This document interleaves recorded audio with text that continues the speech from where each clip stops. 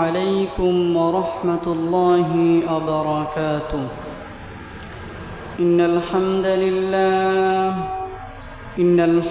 لله نحمده ونستعينه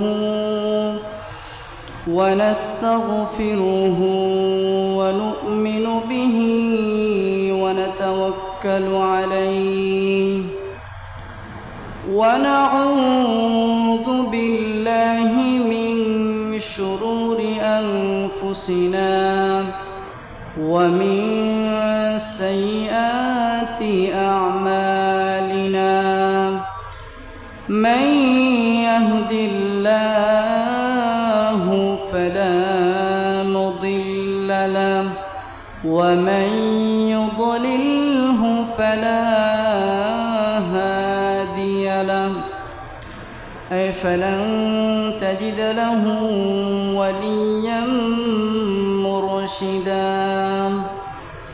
ونشهد أن لا إله إلا الله وحده لا شريك له والذي لا ضد له ولا ند له لا مثل له ولا مثيل له لا وزير له ولا كفيل له لا شبه له ولا شبيه له لا ولد له ولا والد له وهو الواحد الفرد الصمد لم يلد ولم يولد ولم يكن له كفوا أحد. أما بعد فقد قال الله تعالى في كلامه المجيد وفي فرقانه الحميد. أعوذ بالله من الشيطان الرجيم. بسم الله الرحمن الرحيم. فمن زحزح عن النار وأدخل الجنة فقد فاز وما الحياة الدنيا إلا متاع الغرور. إن الله وملائكته يصلون على النبي يا أيها الذين آمنوا صلوا عليه وسلموا تسليما. اللهم صل على محمد وعلى آل محمد كما صليت على إبراهيم وعلى آل إبراهيم إنك حميد مجيد. اللهم بارك على محمد وعلى آل محمد كما باركت على إبراهيم وعلى آل إبراهيم إنك حميد مجيد. الحمد لله. আল্লাহ পাকের দরবারে হাজার কোটি শুকর ও সুজুদ যে মহান রব্বুল আলামিন পবিত্র জুমার নামাজ আদায়ের উদ্দেশ্যে তার ঘর মসজিদে আসার মতো তৌফিক দিয়েছেন, সে মহামনিবের দরবারে প্রাণ খুলে হৃদয়ের সবটুকুন ভালোবাসা উজাড় করে দিয়ে কালিমাতুশ শুকর বলি আলহামদুলিল্লাহ। আল্লাহ পাক রব্বুল আলামিন বলেন, বান্দা তুমি যদি আমার নিয়ামতের শুকরিয়া আদায় করো, লাইন শাকারতুম লাযীদান্নাকুম ওয়া লাইন কাফারতুম ইন্না আযাবি লাশাদীদ। নিয়ামতের শুকরিয়া আদায় করলে আমি তোমাকে নিয়ামত বাড়িয়ে দেব, আর যদি নিয়ামতের নাশুকরিয়া করো, নাফরমানি করো, তাহলে তোমাকে যেই নিয়ামত আমি দান করেছি সকল নিয়ামত তোমার থেকে ছিনিয়ে নিয়ে যাওয়া হবে। আল্লাহ আমাদেরকে কত নিয়ামত দিয়েছেন। আল্লাহ রাব্বুল আলামিন বলেন, ওয়া ইন তাউদ্দু নি'মাতাল্লাহি লা তুহসুহা। তোমাদেরকে আমি যেই নিয়ামত দিয়েছি এটা তোমরা গণনা করে শেষ করতে পারবে না। ডানে বামে উপরে নিচে যেদিকেই তাকাবে সব দিকে শুধু আমার নিয়ামত দিয়ে তোমাদেরকে ঘিরে রেখেছি। এজন্য আল্লাহ রাব্বুল আলামিন বলেন কোরআনুল কারীমের ভিতরে যে দুনিয়ার ভিতরে মানুষ যারা মুমিন হবে তারা সফল হয়ে যাবে, আর যারা জালেম হবে, যারা অত্যাচারী হবে, কোরআনুল কারীমের ভিতরে আল্লাহ রাব্বুল আলামিন 9 জায়গায় এদের কথা বলেন যে তারা কাল কিয়ামতের দিন আফসোস করবে।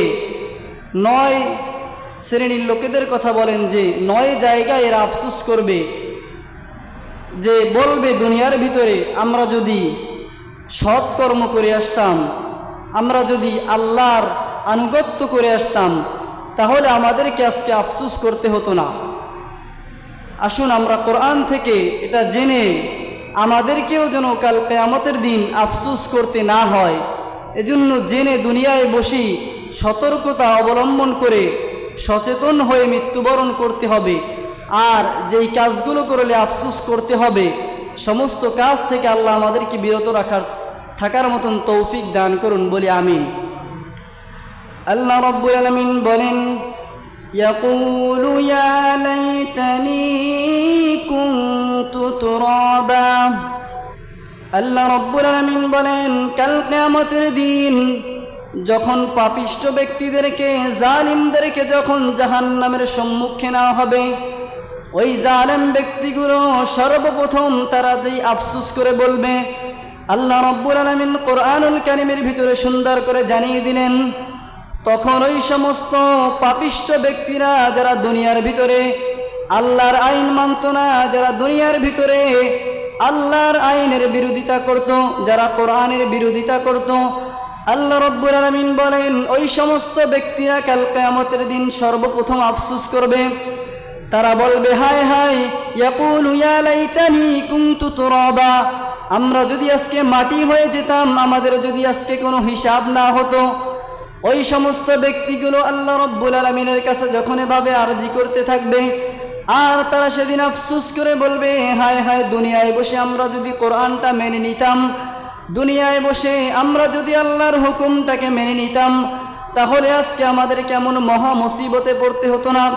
ওই দিন কতটা মুসিবতে মানুষ পড়বে একটু চিন্তা করে দেখেন।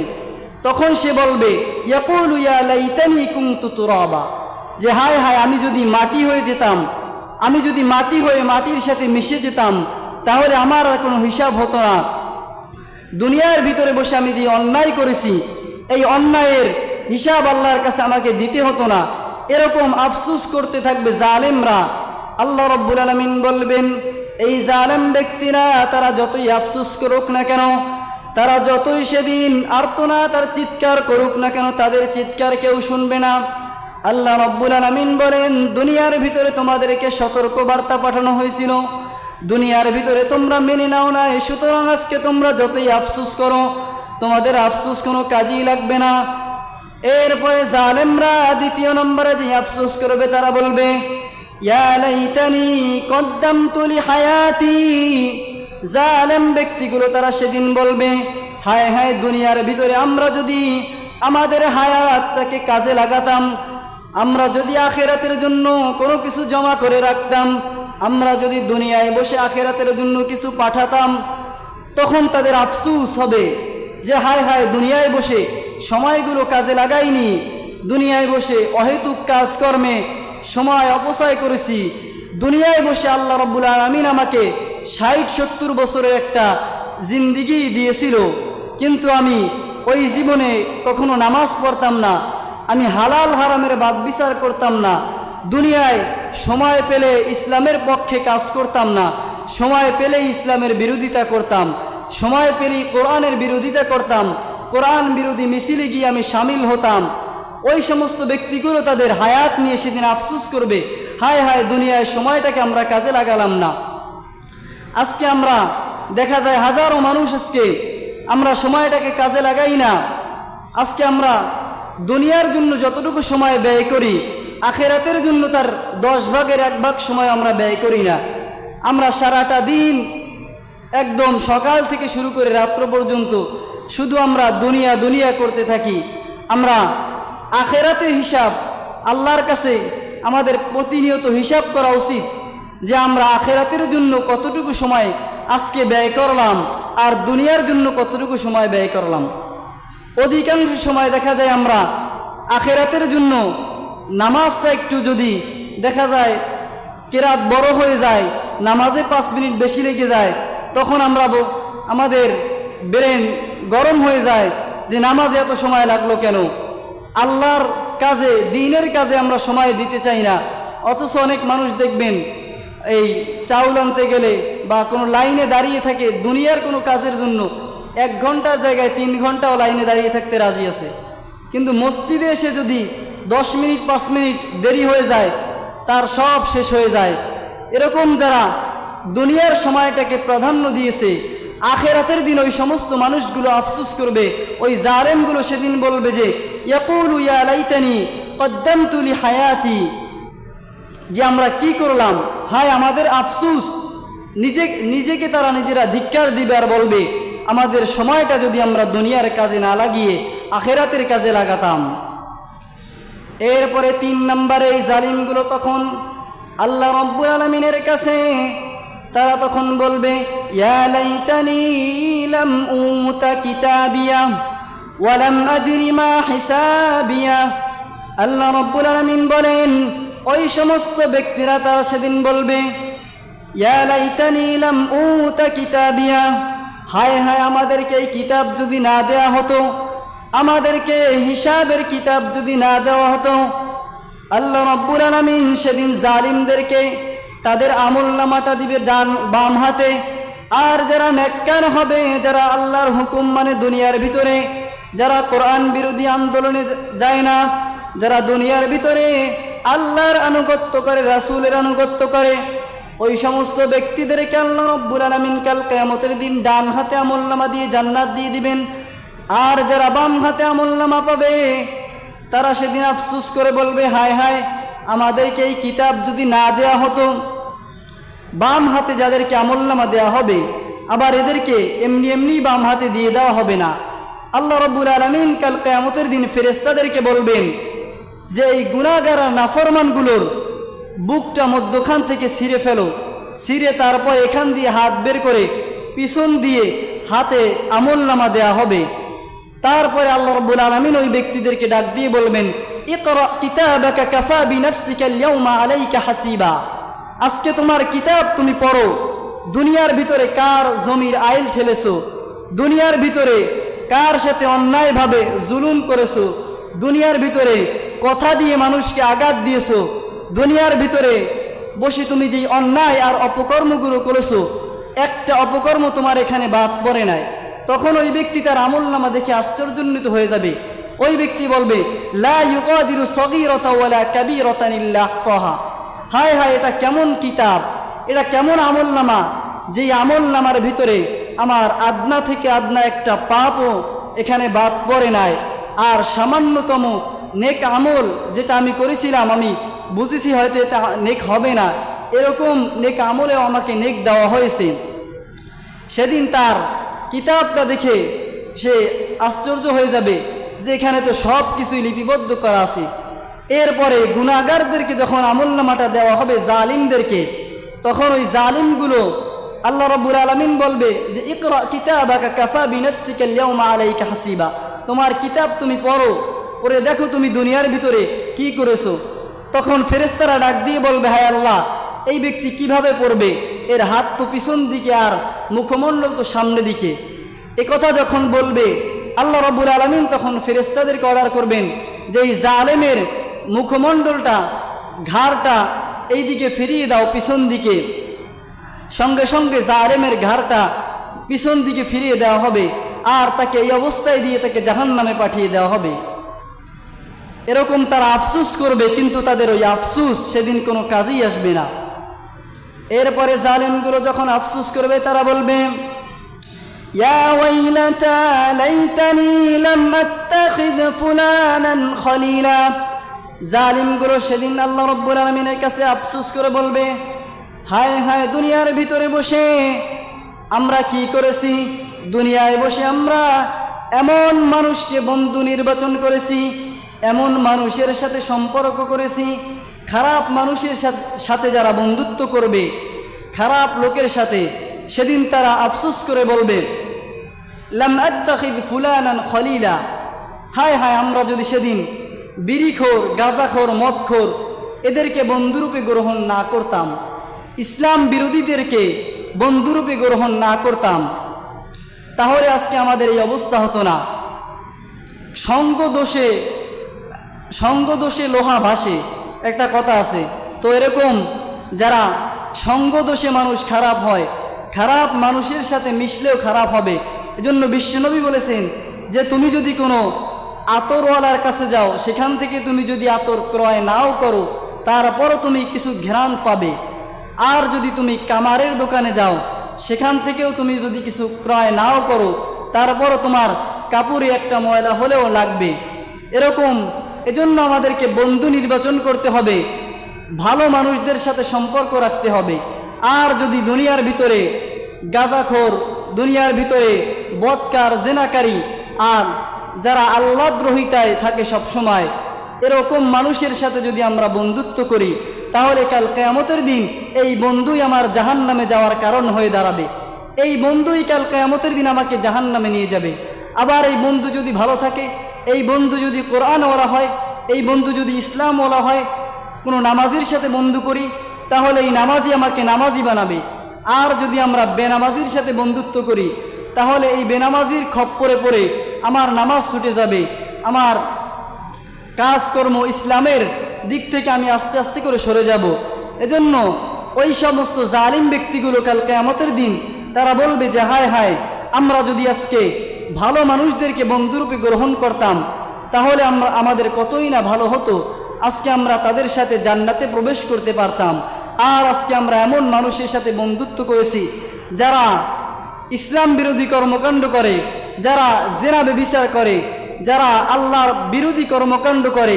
আজকে এই জালিমদের সাথে বন্ধুত্ব করার কারণে আমরাও আজকে এদের অন্তর্ভুক্ত হয়ে গেলাম। এজন্য আল্লাহ রাব্বুল আলামিন আমাদেরকেও সমস্ত পাপাচার ব্যক্তিদের সংস্পর্শ থেকে দূরে থাকার মতো তৌফিক দান করুন, বলি আমিন। এরপরে যখন ওই জালিমগুলো আফসোস করবে, তারা সেদিন বলবে, ইয়াউমা তুকাল্লাবু ওজুহুহুম ফিন্নার ইয়াকুলুনা ইয়া লাইতানা আতা'না আল্লাহ ওয়া আতা'না আর-রাসূলা। আল্লাহ রাব্বুল আলামিন বলেন, ওই সমস্ত জালিম ব্যক্তিরা সেদিন বলবে আল্লাহর কাছে, সেদিন তারা আল্লাহর কাছে ডাক দিয়ে বলবে, হায় আল্লাহ, আমাদের আজকে আফসোসের কারণ হয়ে দাঁড়ালো, কারণ আজকে দুনিয়ার ভিতরে আমরা রাসূলকে অনুসরণ করতাম না, আমরা রাসূলের আনুগত্য করতাম না, রাসূলকে আমরা অনুসরণ করতাম না। আমাদের জীবনে খুঁজে রাসূলের সুন্নাত পাওয়া যেত না, আমাদের খাবারের সময় রাসূলের সুন্নাত পাওয়া যায় নাই, আমাদের সকল কর্মকাণ্ডে রাসূলকে আমরা সারাটা জীবন কোনো ক্ষেত্রেই আমরা রাসূলকে অনুসরণ করি নাই। আজকে রাসূলকে অনুসরণ না করার কারণে আজকে আমাদের এরকম মহা মুসিবতের সম্মুখীন হতে হয়েছে। তারা সেদিন আফসোস করে বলবে, হায় হায়, সেদিন যদি আমরা রাসূলের কথা শুনতাম, রাসূল আমাদেরকে যে উপদেশগুলো দিয়েছিল এগুলো যদি আমরা গ্রহণ করতাম, তাহলে এই মুসিবতের ভিতরে আমাদেরকে পড়তে হতো না। আমাদেরকে আলেমরা যে কোরআন দিয়ে দাওয়াত দিয়েছে, তারা হাদিস দিয়ে বলেছে, আমরা যদি সেই কথাগুলোকে গ্রহণ করতাম, আমরা যদি তাদের কথাগুলোকে সত্য মনে করে আমাদের জীবনেও পরিচালনা করতাম, তাহলে আজকে আমাদের এই মহা মুসিবতে পড়তে হতো না। কিন্তু সেদিন তাদের এই আফসুস, তাদের এই আক্ষেপ কোনো কাজেই লাগবে না। কারণ আল্লাহ রাব্বুল আলামিন বলবেন যে তোমাদেরকে একটা সময় দেওয়া হয়েছিল। এই সমস্ত ব্যক্তিগুলো সেদিন আল্লাহর কাছে আরজি করে বলবে, হায় আল্লাহ, আমাদেরকে কিছু সময় দেন, আমরা দুনিয়ায় গিয়ে ভালো কাজ করে আসি, আমরা দুনিয়ায় গিয়ে কোরআনের সাথে চলে আসি। লাউলা আখরতানি ইলা আজালিন করিব ফাসাদদাক ওয়া আকুম মিনাস সালিহিন, আমরা সালিহিন হয়ে আসি, আমরা নেক আমল করে নিজেদেরকে পরিশুদ্ধ করে আসি। এই কথা যখন তারা সেদিন বলবে, আল্লাহ রাব্বুল আলামিন তাদেরকে বলবে, আজকে তোমাদের আফসুস কোনো কাজই আসবে না। কারণ আল্লাহ রাব্বুল আলামিন তোমাদেরকে অনেক সময় দুনিয়ার ভিতরে দিয়েছিল, কিন্তু তখন তোমরা দুনিয়ার সময়টাকে খেল তামাশার ভিতরে কাটিয়ে দিয়েছিল। আমরা আজকে দুনিয়ার জীবনটাকে কতটা মূল্যায়ন করি দেখেন, অথচ আল্লাহ রাব্বুল আলামিন বলেন, ওয়ামাল হায়াতুদ দুনিয়া ইল্লা মাতাউল গুরুর, যে দুনিয়ার জীবনটা এটা ধোঁকা, মোহ, মরিচিকা, এটা ছাড়া আর কিছুই না। অথচ আমরা দুনিয়ার জীবন নিয়ে কত ব্যস্ত, আখেরাতের কথা আমরা মনেই করি না। আখেরাত আমরা এমন মনে করি যে মানলে হলো, না মানলে নাই, কিন্তু দুনিয়ার ক্ষেত্রে আমরা এমনটা ভাবি না। একটা মানুষ নামাজ পড়বে, এটা কেমন সাধারণ যে একটা মানুষ যেরকম বেঁচে থাকার জন্য খাবারের প্রয়োজন, একটা মানুষ মুসলমান দাবি করার পরও সে নামাজ পড়বে, এটাই স্বাভাবিক। আর যদি সে মুসলমান দাবি করে নামাজ না পড়ে, মুসলমান দাবি করে রাসূলের অনুসরণ না করে, এই ব্যক্তির অনুসরণ করায় আর না করায়, সে যদি মনে করে আমি মুসলমান কিন্তু নামাজ পড়ে না, মুসলমান দাবি করে কিন্তু রাসূলের সুন্নাত তার ভিতরে খুঁজে পাওয়া যায় না, এর মুখের ভাষ্য অনুযায়ী হয়তো মুসলমান হয়তো নামে হতে পারে কিন্তু কাজে কখনো মুসলমান নয়। কারণ আল্লাহ রাব্বুল আলামিন কোরআনের ভিতরে বলেন, হাক্কা তুকাতিহি ওয়ালা তামুতুন্না ইল্লা ওয়া আনতুম মুসলিমুন, তোমরা মুসলমান না হয়ে মৃত্যুবরণ করো না। এখন জন্মসূত্রে আমরা সকলেই মুসলমান, কিন্তু আল্লাহ কেন তারপরে বললেন যে তোমরা মুসলমান না হয়ে মৃত্যুবরণ করো না? কারণ আল্লাহ রাব্বুল আলামিন এখানে বুঝাতে চাইলেন যে হাক্কা তুকাতি, যে প্রকৃত মুসলমান হও, মুসলমানের যেই কর্মকাণ্ড এগুলো যদি তোমরা করতে পারো, পরিপূর্ণভাবে যদি মুসলমানের যেই কাজ এগুলো করতে পারো, তাহলেই তোমাদেরকে আল্লাহ রাব্বুল আলামিন প্রকৃত মুসলমান বলে ঘোষণা করবে। এরপরে 6 নম্বরে ওই ব্যক্তিগুলো জালিমরা যখন আফসোস করবে, তারা বলবে, ইয়াউমা তালাক্কাকুম, আল্লাহ রাব্বুল আলামিন বলেন, ইয়াউমা ইয়াদ্দুয যালিমু আলা ইয়াদাই ইয়াকুলু ইয়া লাইতানি লাম আত্তাখিয ফুলানান খলিলা, তারা সেদিন বলবে মা'আর রাসূলি সাবিলা, যে আমরা যদি আজকে মুহাম্মাদের অনুসরণ করতাম, আমরা যদি আজকে তার দেওয়া সত্য বাণীকে গ্রহণ করে নিতাম, দুনিয়ায় বসে যদি আমরা এমন নেতার পিছনে না ঘুরতাম যেই নেতা কিনা মুখে বলে এক কাজে করে আর এক, এমন নেতার পিছনে যদি আমরা স্লোগান না দিতাম, এমন মানুষের পিছনে যদি আমরা না ঘুরতাম, এমন মুনাফিকের পিছনে যদি না ঘুরতাম, তারা সেদিন আফসোস করবে। আর কিয়ামতের দিন সকল মানুষকে তার নেতা সহ ডাকা হবে। তুমি কাকে অনুসরণ করেছো, কাকে তোমার জীবনের আইডল হিসেবে তুমি মেনেছো, ওই মানুষটাকে সহ তোমাকে ডাকা হবে।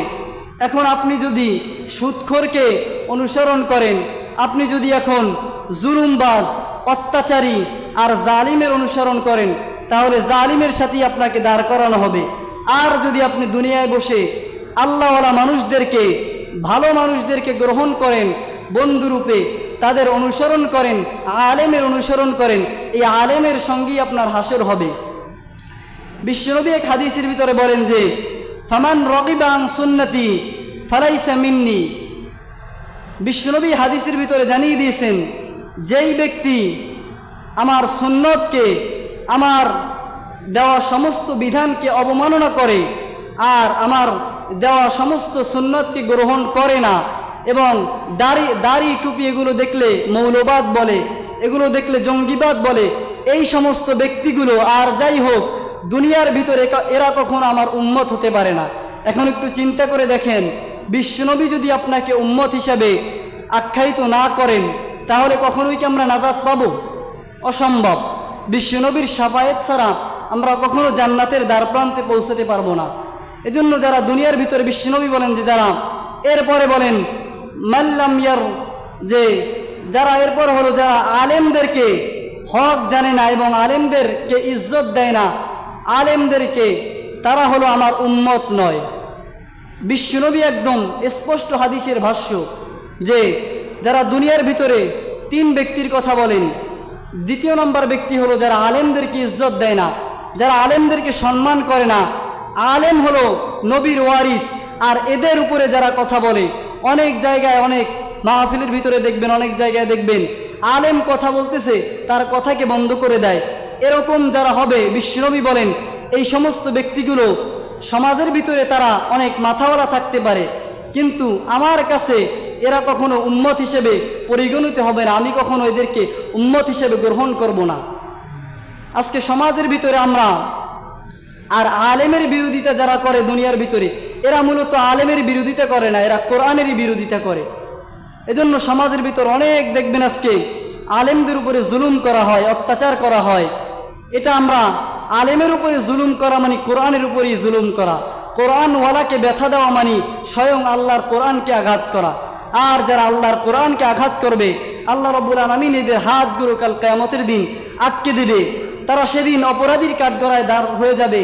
তাদের আমল, তাদের তাহাজ্জুদ, তাদের কোনো আমলই তাদেরকে বাঁচাতে পারবে না, কারণ তারা কোরআনের বিরোধিতা করেছে। এরপরে 3 নম্বরে ওই সমস্ত ব্যক্তিদের কথা বিশ্বনবী বলেন যেই সমস্ত ব্যক্তিরা আমার উম্মত না, যারা দুনিয়ার ভিতরে সন্ত্রাসী করে, মাস্তানি করে, যারা দুনিয়ার ভিতরে অন্যায়ভাবে মানুষের সম্পদ লুণ্ঠন করে, আত্মসাৎ করে, মানুষের সাথে অহংকার দেখায়, ক্ষমতার পাওয়ার দেখায়, গরম দেখায়, যারা অহংকারের কারণে জমিনের ভিতরে পা পড়ে না, দুনিয়ার মানুষকে আর মানুষই মনে করে না, এরকম যারা অহংকার করে জমিনের ভিতরে বিচরণ করবে, বিশ্বনবী বলেন এই সমস্ত ব্যক্তিগুলো আমার উম্মতই না। এখন বলেন তো, বিশ্বনবী যদি উম্মত হিসেবে না বলে যে তোমরা আমার উম্মত না, যাকে বলবে এই ব্যক্তি কি জান্নাতে যাবে? বিশ্বনবীর শাফায়াত ছাড়া কি আমরা জান্নাতে যেতে পারবো? অসম্ভব। কিন্তু আজকে আমাদের ভিতরে দেখা যায় আমরা বিশ্বনবীর অনুসরণ করি না, পরিপূর্ণভাবে আমাদের বিশ্বনবীর সুন্নতকে মানি না, কোরআনটাকে মানি না। এজন্য এই সমস্ত যেই কাজগুলো করলে আমাদেরকেও কাল কিয়ামতের দিন আফসোস করতে হবে, এরকম সমস্ত কাজ থেকে আল্লাহ রাব্বুল আলামিন আমাদেরকে হেফাজত করুন। সমস্ত অন্যায় অপকর্ম থেকে আমাদেরকে বেঁচে থাকার মতন তৌফিক দান করুন। সকলে বলি আমিন। ওয়া আখির